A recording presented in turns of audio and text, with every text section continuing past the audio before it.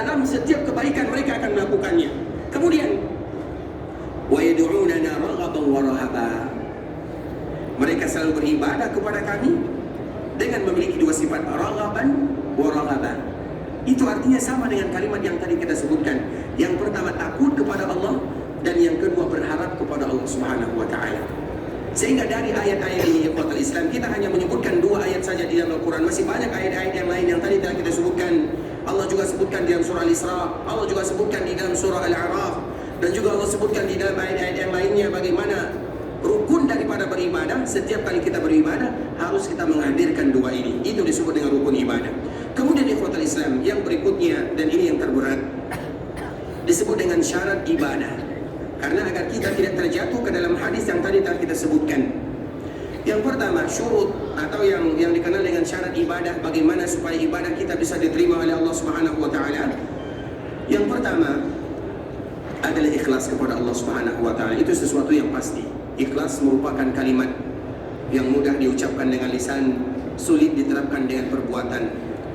Betapa banyak kadang-kadang di antara kita menginginkan keikhlasan, namun keikhlasan itu jauh dari dirinya. Oh, saya ini beribadah ikhlas, padahal dialah yang ria yang sesungguhnya. Ikhlas itu berat. Kenapa kita mengatakan berat? Karena itu berat bagi Nabi SAW. Padahal Nabi kita tahu bagaimana kedudukannya di sisi Allah Subhanahu wa taala. Semua yang dilakukan Nabi SAW pasti diberikan kemuliaan oleh Allah Subhanahu wa taala. Nabi diberikan pujian yang luar biasa oleh Allah. Allah berselawat kepada Nabi, malaikat berselawat kepada Nabi, dosa Nabi diampunkan oleh Allah, Nabi dijamin masuk surga. Namun Nabi SAW mengajarkan kepada kita tentang makna keikhlasan. Bukan berarti Nabi tidak ikhlas, namun Nabi ingin mengajarkan kepada kita bagaimana harus yang kita lakukan yang sebenarnya, ikhlas. Sehingga ikhwatul Islam, di antara salah satu keikhlasan tersebut, terutama dikala kita melakukan ibadah haji, ibadah umrah, karena ibadah ini merupakan ibadah yang berat bagi sebagian kaum muslimin, namun juga berat bagi kita melaksanakan amanah tersebut.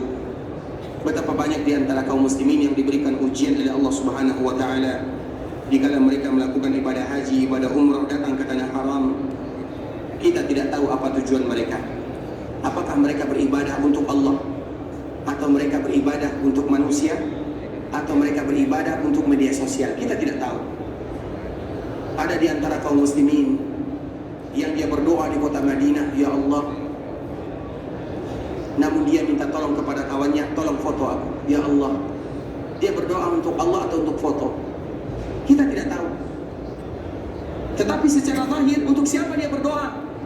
Ada lagi kita yang membaca Quran, dia khusyuk baca Quran, bahkan ada yang menangis baca Quran, namun sayang, seribu sayang, hanya untuk di video saja. Dia baca Quran untuk siapa? Ada di antara kita yang tawaf di Ka'bah, datang ke tanah haram, yang semestinya kita betul-betul beribadah hanya untuk Rabbul Izzati wal Jalalah, namun sayang, seribu sayang, dia tawafnya kita tidak tahu apa tujuan manusia. Namun secara zahir saja kita berusaha untuk semaksimal mungkin melatih keikhlasan dan menjaga amalan.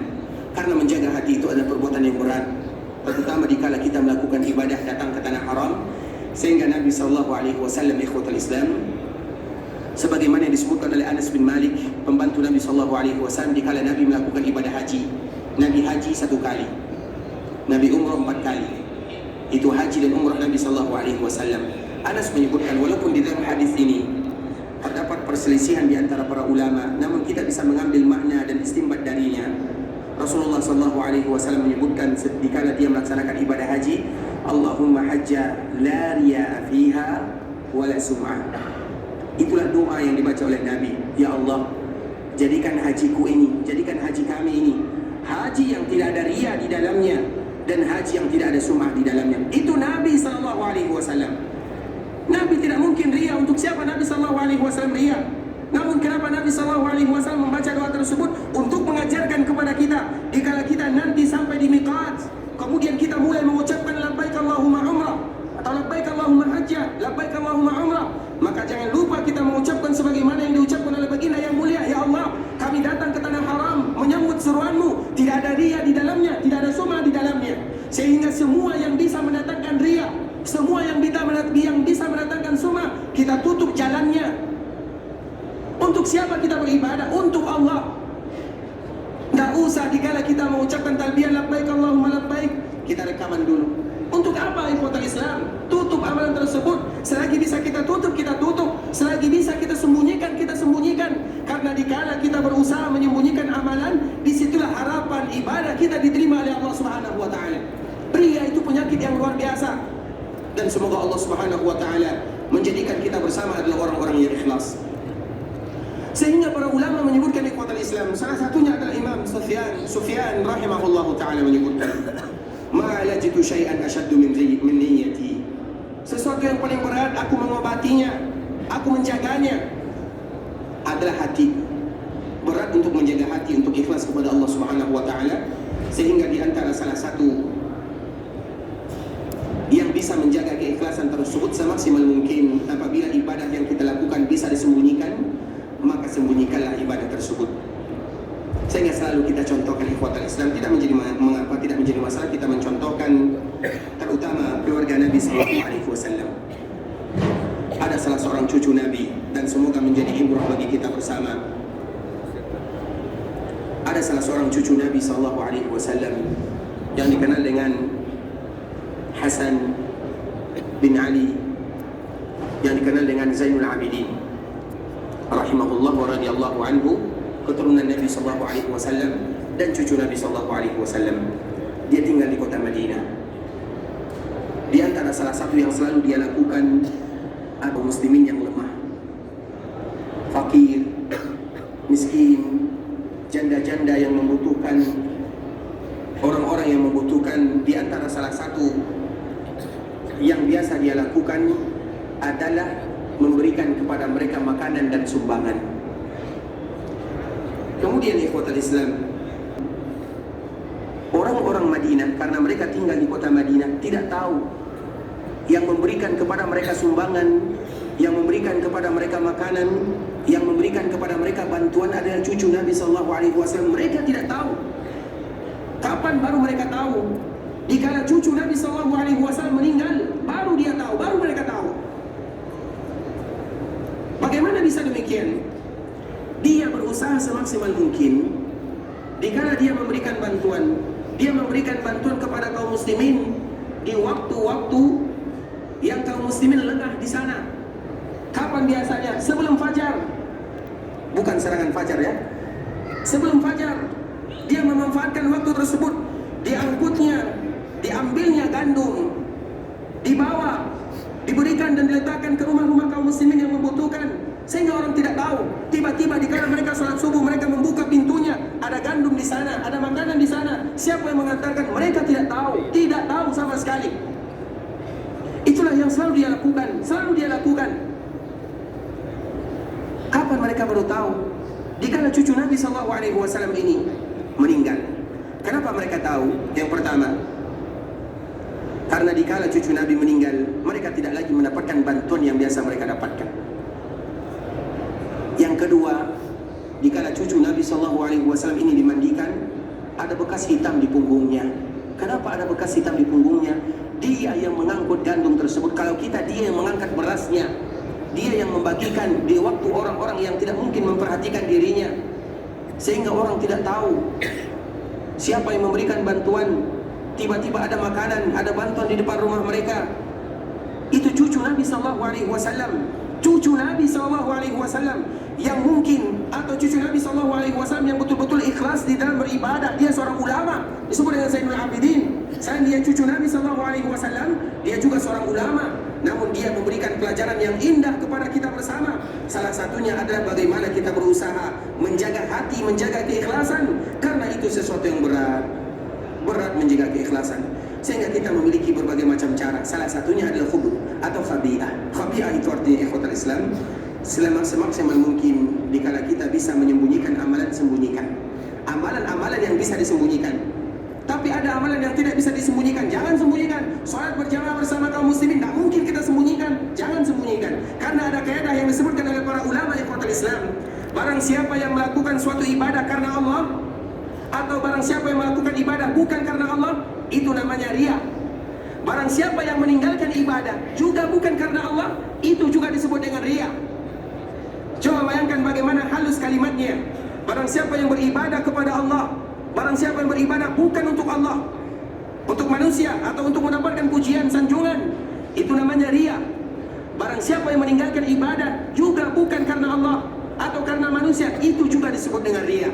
Oh, saya tidak salat berjamaah bersama kaum muslimin. Kenapa kamu tidak salat? Aku takut riya. Itu yang namanya riya sebenarnya. Meninggalkan ibadah karena manusia juga disebut dengan riya. Disebutkan oleh Imam Ibn Rajab rahimahullahu ta'ala. Jadi maknanya ikhwatul Islam, agar ibadah kita bisa diterima, dan ini merupakan syarat pertama, adalah bagaimana kita berusaha menjaga keikhlasan. Dan keikhlasan itu adalah berat. Kenapa kita berat? Kenapa disebut dengan berat ikhwatul Islam? Karena ini merupakan sumpah syaitan, sumpah iblis. Dikala Allah keluarkan dia dari surga, dia mengatakan kepada Allah, dikala dia dilaknat oleh Allah, dijauhkan dari surga, qala rabbi anzirni ila yaumi yub'atsun. Ya Allah, berikan kepadaku tangguh, panjangkan umurku sampai hari dibangkitkan, sampai kiamat. Coba bayangkan, mulai dari zaman Nabi Adam sampai sekarang, iblis itu belum mati-mati. Dia ahli di dalam menggoda manusia. Jangan pernah kita mengira kita bisa menipu syaitan, kita bisa menipu iblis. Dia lebih ahli daripada kita, umurnya panjang. Karena itu merupakan permintaannya kepada Allah. Dan di antara salah satu yang dia sebutkan kepada Allah dikala dia dikeluarkan dari surga dan dilaknat oleh Allah Azza wa Jalla, ya Allah, la atiyannahum min baini aydihim wa min khalfihim. Di dalam ayat yang lain, la uwiyannahum, ya Allah, aku akan datang kepada anak Adam. Aku akan datang dari depan, dari belakang, dari kiri, dari kanan, dari segala penjuru aku akan datang untuk menggodanya dengan berbagai macam cara. La uwiyannahum, dan aku akan sesatkan mereka semua. Itu merupakan sumpah syaitan, sumpah iblis kepada Allah Subhanahu wa ta'ala. Kemudian dikala dia mengatakan yang demikian, syaitan juga, iblis juga yang memberikan pengecualian. Apa kata iblis kepada Allah? Illa ibadaka minhumul mukhlasin. Ya Allah, kecuali hamba-hambamu yang ikhlas beribadah. Maknanya apa? Iblis tahu mana yang ikhlas, mana yang tidak. Sehingga dikala kita betul-betul diberikan keikhlasan, dan itu merupakan harapan kita bersama, maka syaitan secara sendirinya akan mundur, tidak bisa menggoda anak Adam tersebut, tentunya bagi mereka-mereka yang ikhlas. Sehingga ikhwatul Islam, sebagaimana tadi yang telah kita paparkan, keikhlasan merupakan sesuatu yang berat, mudah diucapkan, berat dilakukan. Riya, sehingga Nabi SAW mengajarkan kepada para sahabatnya, di antara salah satu doanya agar kita tidak terhindar atau kita terhindar dari perbuatan tersebut. Karena riya ini juga disebutkan oleh Nabi dengan asyirkul khafi, yaitu kesyirikan, kesyirikan yang tersembunyi, kesyirikan besar, beribadah kepada selain Allah, meminta kepada selain Allah. Kita tahu itu adalah syirik. Tapi apakah kita tahu bagaimana riya atau tidak? Karena itu pekerjaan hati, yang bisa menilai adalah Allah Azza wa Jalla. Makanya Nabi menyebutkan itu merupakan kesyirikan yang tersembunyi. Dan di sanalah banyak tergelincirnya manusia. Kalau masalah kesyirikan besar, rata-rata di antara kita tahu kesyirikan besar, beribadah kepada Allah, selain Allah, meminta kepada selain Allah, melakukan sesuatu untuk selain Allah Subhanahu wa ta'ala, itu kesyirikan yang kita tahu. Namun kesyirikan kecil disebut oleh Nabi kesyirikan yang tersembunyi. Siapa di antara kita yang tahu? Kecuali orang-orang yang diberikan rahmat oleh Allah dan kasih sayang kepada mereka semua. Sehingga Nabi SAW mengajarkan kepada sahabatnya, dan ini merupakan di antara salah satu doa ikhwatul Islam yang Nabi sebutkan, yang juga dinukilkan oleh para ulama kepada kita bersama, dan ini terdapat di dalam zikir pagi dan sore. Makanya kenapa dianjurkan bagi kita untuk selalu membaca zikir pagi dan sore? Karena zikir pagi sore itu komplit di dalamnya, semuanya ada. Salah satunya adalah bagaimana kita menjaga hati, menata jiwa, agar kita betul-betul ikhlas karena Allah Subhanahu wa ta'ala. Karena kalau kita diikhlas, habis amalan kita semuanya, habis. Makanya disebutkan bagaimana mereka-mereka yang tidak ikhlas, bahkan mereka yang tidak ikhlas itu ikhwatul Islam, sebesar apapun amalan yang mereka lakukan, walaupun mereka berjihad, walaupun mereka berzakat, walaupun mereka baca Quran, mereka lah yang pertama kali akan dicampakkan oleh Allah Azza wa Jalla di dalam neraka. Makanya antara iman muslim yang insya Allah besok kita akan paparkan bagaimana dahsyatnya kita betul-betul melatih diri kita untuk ikhlas. Salah satunya tentunya selain kita menjaga diri, kita juga ingin berdoa kepada Allah Subhanahu wa ta'ala. Secara umum doa ini ada di dalam zikir pagi dan sore. Jadi kalau nanti kita ingin mencarinya, bisa kita lihat misalnya internet atau Google misalnya, buka zikir pagi dan sore, kita lihat di sana. Salah satunya adalah sebuah doa yang sangat indah, Allahumma inni a'udzubika Ya Allah, aku berlindung kepadamu an usyrika bika syai'an, agar aku tidak melakukan kesyirikan. Maksudnya kesyirikan yang tersembunyi tadi, kesyirikan yang tersembunyi. Karena kesyirikan yang besar kita juga harus hati-hati, karena ini memang di antara doa para nabi, terutama Nabi Adam alaihissalam. Sehingga di dalam doa tersebut disebutkan Allahumma inni a'udzubika an usyrika bika syai'an a'lamu. Ya Allah, aku berlindung kepadamu agar aku tidak melakukan kesyirikan kalau seandainya aku tahu. Karena kadang-kadang kita beribadah, kita ingin dilihat oleh manusia. Tiba-tiba kadang-kadang syaitan itu datang dengan kuat, dengan fitnah yang sangat luar biasa. Kadang-kadang kita tidak bisa membendungnya. Kita ingin ikhlas, tapi didatang, digoda, ingin ikhlas, digoda. Makanya di sini kita bermohon kepada Allah, Allahumma inni a'udzubika an usyrika bika syai'an. Dalam beribadah, agar ibadah kita tersebut diterima oleh Allah Subhanahu wa taala. Ikhwatul Islam, kita cukupkan dulu sampai di sini, dan insyaallah kita akan kembali melanjutkan pembahasan kita keesokan hari. Dan kita selalu mengingatkan kepada kita bersama satu hadis baginda yang mulia sallallahu alaihi wasallam.